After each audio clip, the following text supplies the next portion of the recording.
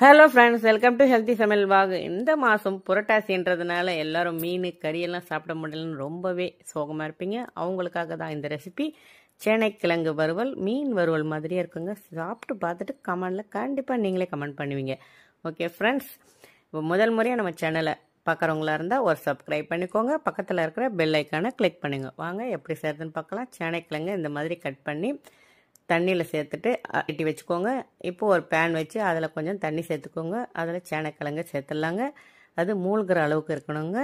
சேர்த்துட்டு மஞ்சள் தூள் ஒரு 1/2 டீஸ்பூன் அளவுக்கு சேர்த்துக்கோங்க. கல்லுப்பு கொஞ்சம் சேர்த்துக்கோங்க. சேர்த்து வேக வச்சிடுறோம். அதுக்கு இப்போ நல்லா மிக்ஸ் பண்ணி விட்டுக்கோங்க. இது நல்லா வேகட்டுங்க. வெந்துருச்சான்னு பார்த்துக்கலாம். ஒரு 10 நிமிஷம் ஆயிருக்கு பாருங்கள். நல்லா வெந்திருக்குங்க. அவ்வளவுதான். இதை அப்படியே எடுத்துடலாம். ஒரு பிளேட்டில் மாற்றிடலாங்க.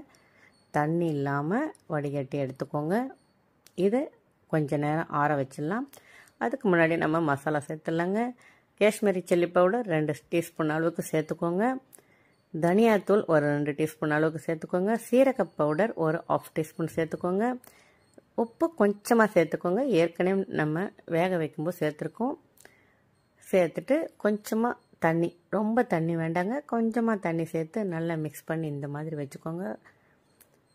அவ்வளவுதாங்க. இப்போது ஒவ்வொரு கிழங்கா சேர்த்துட்டு நல்லா இதில் மேலே கீழேன்னு அந்த மசாலாவை மிக்ஸ் பண்ணி வச்சுக்கலாங்க. இது எல்லாத்தையும் அதே மாதிரி மிக்ஸ் பண்ணி வச்சுக்கோங்க. இது எல்லாத்தையும் சேர்த்துட்டு மிக்ஸ் பண்ணி இந்த மாதிரி வச்சுக்கோங்க. அவ்வளோதாங்க. இது ஒரு 1/2 hour ஊறட்டுங்க. ஃப்ரிட்ஜில் வச்சு கூட எடுத்துக்கலாம். இப்போ ஒரு பேன் வச்சுக்கலாங்க. அதில் ஆயில் சேர்த்துடலாம். இது தவா ஃப்ரை பண்ணுறோம். நீங்கள் பேனில் கூட வறுத்து எடுத்துக்கலாம். இது மாதிரி கொஞ்சம் ஆயில் சேர்த்துட்டும் செஞ்சுக்கலாம். இல்லை ஆயில் நிறைய ஊற்றி பொரிச்சும் எடுத்துக்கலாங்க. ரொம்பவே நல்லாயிருக்கும் எப்படி செஞ்சாலும். இப்போ ஒவ்வொன்றா சேர்த்துட்டு இதை திருப்பி விட்டுக்கலாங்க. அவ்வளவுதாங்க. வெந்துடுச்சு. சூப்பராக ஒரு பக்கம் வெந்துடுச்சு. இன்னொரு பக்கமும் நல்லா வெந்துடுச்சு பாருங்கள். இது எல்லாத்தையும் இப்போ பிளேட்டில் மாற்றிடலாங்க. மறுபடியும் மீதமுள்ளதையும் சேர்த்து வறுத்துடலாங்க. ரொம்ப சுவையாக இருக்குங்க. நீங்கள் கண்டிப்பாக இந்த மாதிரி ட்ரை பண்ணி பாருங்கள். இஞ்சி பூண்டு பேஸ்ட் வேணும்னா கூட கொஞ்சமாக சேர்த்துக்கலாம்.